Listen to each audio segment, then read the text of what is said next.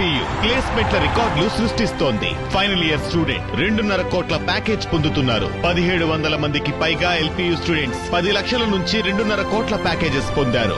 విద్యా విప్లవం ప్రారంభమైంది లవ్లీ ప్రొఫెషనల్ యూనివర్సిటీలో. విద్యకు అధిక ప్రాధాన్యత ఇచ్చి పుష్కలంగా నిధులు కేటాయిస్తేనే ఆ సమాజంలో విద్యా కుసుమాలు వెల్లివిరుస్తాయి. కానీ తెలంగాణలో పేద మధ్యతరగతి విద్యార్థులు చదువుకునే పాఠశాలల పరిస్థితికి అందుకు భిన్నంగా ఉంది. గవర్నమెంట్ స్కూళ్లలో విద్యార్థుల సంఖ్య నానాటికి తగ్గిపోతుంది. కొన్ని పాఠశాలల్లో 10ల సంఖ్యలోనే స్టూడెంట్స్ ఉండగా మరికొన్ని స్కూళ్లలో ఒక్క విద్యార్థి కూడా లేకపోవడం అక్కడి పరిస్థితులను కళ్లకు కడుతుంది.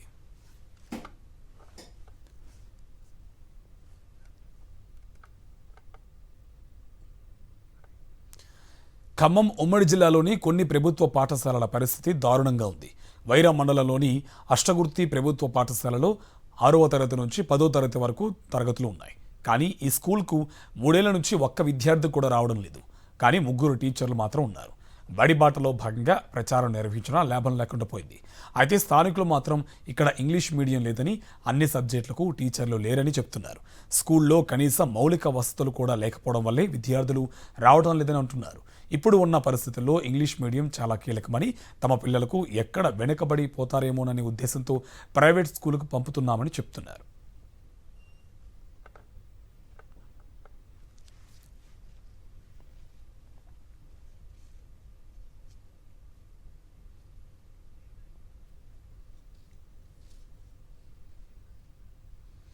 ఇదే అంశానికి సంబంధించి మరింత సమాచారం ఖమ్మం జిల్లా వైరా మండలంలోని అష్టగుర్తి ప్రభుత్వ పాఠశాల నుంచి మరింత సమాచారం మా కరెస్పాండెంట్ మహేందర్ అందిస్తారు. పిల్లల్ని కూడా ప్రభుత్వ పాఠశాల చేర్పించే విధంగా ప్రయత్నాలు చేస్తుంది. కానీ చాలా వరకు ప్రభుత్వ పాఠశాలకు స్టూడెంట్స్ కూడా వెళ్ళలేని పరిస్థితి ఏర్పడింది. ఈ నేపథ్యంలో అసలు కారణాలు ఏంది, ఎందుకు పంపించట్లేదు ఏందన్నది వారిని అడిగి తెలుసుకునే ప్రయత్నం చేద్దాం. గతంలో ఈ స్కూల్లో 100 నుంచి 150 మంది స్ట్రెంత్ ఉండేవాళ్ళు. ఒక 5 సంవత్సరాల క్రితం నుంచి, ఒక 5 సంవత్సరాల నుంచి ఇక్కడ నుంచి గురుకులాలకు పోవటం, ఇక్కడ స్ట్రెంత్ తగ్గిపోవడానికి ప్రధాన కారణం గురుకులాల వైపు దృష్టి మళ్లించడం పేరెంట్స్. తర్వాత రాను రాను పిల్లలు తగ్గిపోవడంతోనే ఆ పిల్లలు తగ్గినప్పుడు టీచర్ స్టాఫ్ కూడా తగ్గడం. ఈ స్టాఫ్ తగ్గినప్పుడు మా పిల్లలకి సరైన భరోసా ఈ స్కూల్ నుంచి ఉంటుందనే నమ్మకం తల్లిదండ్రుల్లో లేకపోవటం అనేది, దానివల్లే పేరెంట్స్ సుముఖత చూపిపోవటం వల్లనే స్ట్రెంత్ తగ్గిందనేది ఒక కారణంగా మేము భావిస్తున్నాం. బడిబాట కార్యక్రమం సంబంధించి నిర్వహిస్తున్నారు. కానీ 3 ఏళ్ల నుంచి రోజు రోజుకి విద్యార్థుల సంఖ్య తగ్గుతూ వస్తున్నట్టు తెలుసు. 3 ఏళ్ల నుంచి కూడా ఒకరు కూడా లేరు. ఇప్పుడు గవర్నమెంట్ స్కూల్కి వచ్చేటికి ఇంగ్లీష్ మీడియం లేదు సార్. లేకపోవడం వల్ల స్టూడెంట్స్ కూడా ఇంగ్లీష్ మీడియం, ప్రతి ఒక్కరు ఇంగ్లీష్ మీడియం అంటున్నారు, లేదా గురుకుల అంటున్నారు. అటు గురుకులకు వెళ్ళిపోతున్నారు కాబట్టి ఇక్కడ ఇంగ్లీష్ మీడియం లేదు కాబట్టి ఈ గవర్నమెంట్ స్కూల్కి రావడానికి ఇబ్బంది అవుతుంది. ఫస్ట్ ల్యాబ్ ఫెసిలిటీ లేదు. టీచర్స్ కూడా మంచి మంచి వాళ్ళు వస్తే ఇంగ్లీష్ మీడియం వాళ్ళు చెప్పడానికి ఎవరు లేరు. అందువల్ల తగ్గిపోతున్నారు సార్. గురుకులాలు మెయిన్. అంటే సబ్జెక్టుల వరకు ఇప్పుడు మీ స్కూల్లో టీచర్స్ లేరా? ఇక్కడ ఉన్న స్కూల్ ఇప్పుడు 6th నుంచి 10th ఉంది కదా, సబ్జెక్టుల వరకు టీచర్స్ అందరు కూడా మంచి టీచర్స్ రావాలి, స్పెసిలిటీ లేదు. అందువల్లే తగ్గిపోతున్నారు. అంటే ఇంత 2000 మంది జనాభా ఉన్నారు, చాలా పెద్ద గ్రామం లేకుంది. చదువుకునేటప్పుడు ఓల్డ్ స్టూడెంట్స్ సార్. నేను స్కూల్కి మేము చదువుకునేటప్పుడు మా స్ట్రెంత్ వచ్చేసి ఓన్లీ 10th క్లాస్ బ్యాచ్ 45 ఉండేది. టోటల్ వచ్చేసి 140 ఉండేది. ఇప్పుడు అంత నార్మల్గా వచ్చేసరికి 10 మెంబర్స్ కూడా ఉండట్లేదు. అందువల్ల తగ్గిపోతున్నారు.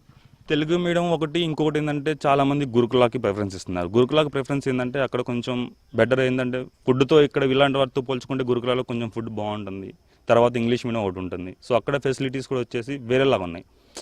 అది హాస్టల్ కాబట్టి అక్కడ ఫెసిలిటీస్ వేరేలా ఉన్నాయి, ఇక్కడ ఇది నార్మల్ స్కూల్ కాబట్టి ఇక్కడ ఫెసిలిటీస్ వేరే ఉన్నాయి. సో ఫెసిలిటీస్ పెంచాలంటారా? ఇక్కడ కంపేర్ చేయాలి. గురుకులాకి ఈ స్కూల్కి ఫెసిలిటీని కంపేర్ చేసి దాన్ని బట్టి మనం ఏం చేసుకోవాలి, ఏం స్టెప్ తీసుకోవాలన్నది దాన్ని బట్టి తీసుకొని అప్పుడు మనం దీన్ని ఇదిగా చేసుకుంటే ఇంకా బాగుంటుందని ఆలోచన.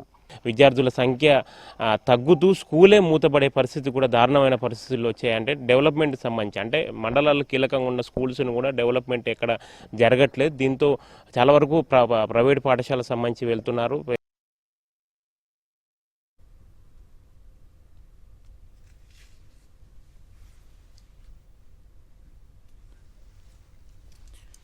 అష్టగుర్తి గ్రామంలో 2000 వరకు జనాభా ఉంటుంది. ఒకప్పుడు ఈ ప్రభుత్వ పాఠశాలకు పక్క గ్రామాల నుంచి కూడా చదువుకోవడానికి విద్యార్థులు వచ్చేవారు. కానీ 3 ఏళ్ల నుంచి పరిస్థితి మరీ దారుణంగా తయారైంది. ఒక్కరంటే ఒక్క విద్యార్థి కూడా రావడం లేదు. ఏ తరగతి గది చూసినా తాళాలే కనిపిస్తున్నాయి. పాఠశాలలో చాలా భాగం శిథిలావస్థకు చేరింది.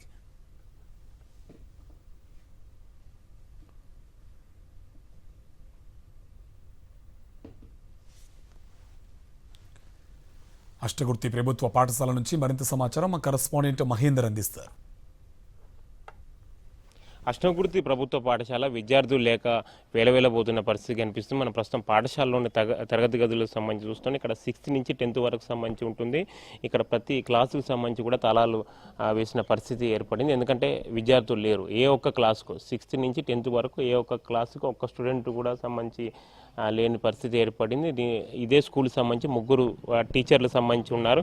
ఈ 3 టీచర్లు కూడా రోజు వచ్చి ఖాళీగా ఉండి వెళ్ళడం తప్పితే ఇక్కడ ఎటువంటి లాభం లేకుండా పోతుంది. ప్రధానంగా ఈ స్కూల్కి ఏరియాలో ప్రముఖంగా ఉండే పాఠశాల, ఇలాంటి ప్రముఖ పాఠశాలలు కూడా పూర్తిగా విద్యార్థులు లేక వెలవెలబోతున్న పరిస్థితి కనిపిస్తుంది. చాలా పెద్ద దాదాపు 2.5 ఎకరాల పైన విస్తీర్ణంలో ఉన్న ఈ పాఠశాలకు సంబంధించి అంటే ఎక్కువగా విలేజ్ 2000 వరకు జనాభా సంబంధించి ఉంటుంటారు. ఇంత ప్రముఖ పాఠశాలలో ఇంగ్లీష్ మీడియాన్ని ఎంకరేజ్మెంట్ చేయకపోవడం, ఒకవైపు బయట ప్రైవేట్ పాఠశాల మొత్తం ఇంగ్లీష్ మీడియం టోటల్గా ఎంకరేజ్ సంబంధించి చేస్తున్న నేపథ్యంలో తమ పిల్లలు ఇంగ్లీష్ మీడియం లేకపోతే పిల్లలు రానున్న రోజుల్లో ప్రైవేట్ పాఠశాల కానీ ఇటు వేరే దూరంగా ఉన్న గురుకుల పాఠశాల కానీ అటు పంపిస్తున్నామని చెప్తున్నారు. మాకు అన్నీ బాగుంటే ఇదే స్కూల్కి ఇక్కడనే పంపిస్తాం కదా, ఎందుకంటే గతంలో కూడా బాగానే ఉండేది, ఇప్పుడు మాత్రం రోజు రోజుకి పరిస్థితి మరీ దారుణంగా ఉందని చెప్తున్నారు. గత 3 ఏళ్ల నుంచి చూసుకుంటే 2022-23 విద్యాశాఖ అధికారులు సంబంధించి ఇక్కడ విలేజర్స్ సంబంధించి నమ్మకం కలిగే విధంగా అంటే బడిబాట సంబంధించి కార్యక్రమం సంబంధించి నిర్వహిస్తున్నారు. బడిబాట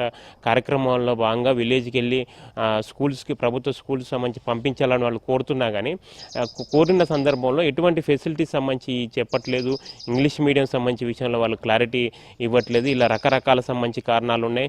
చాలా వరకు గ్రామస్తులు కూడా 6th నుంచి 10th వరకు అన్ని సబ్జెక్టుల వరకు టీచర్స్ ఉండాలి, కేవలం 2-3 టీచర్స్ సంబంధించి ఉంటే పిల్లలు ఎలా చదువుకోవడానికి వీలుంటుంది అన్నది సంబంధించి అభిప్రాయాలు కూడా వారికి చెప్తున్నారు. దీంతో శిథిలావస్థలకు కూడా స్కూల్స్ సంబంధించి చేరాయి. ఎప్పుడు కూల్తాయో కూడా తెలియని పరిస్థితి ఏర్పడింది. మండల స్థాయిలో సంబంధించి కీలకమైన స్కూల్స్, ఇది ఒక్క స్కూలే కాదు, చాలా ప్రభుత్వ పాఠశాలల పరిస్థితి చాలా వరకు దారుణంగా ఉంది. ఉమ్మడి జిల్లాలో చాలా వరకు ప్రభుత్వ పాఠశాలలు మాత్రం దారుణమైన పరిస్థితి ఉంది.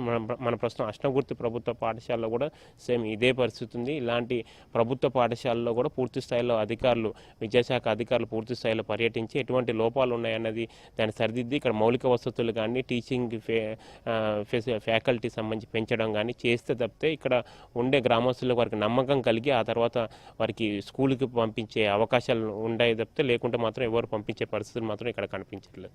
కెమెరా పర్సన్ సతీష్, మహేందర్, సాక్షి టీవీ, అష్నగుర్తి, వైరా మండలం.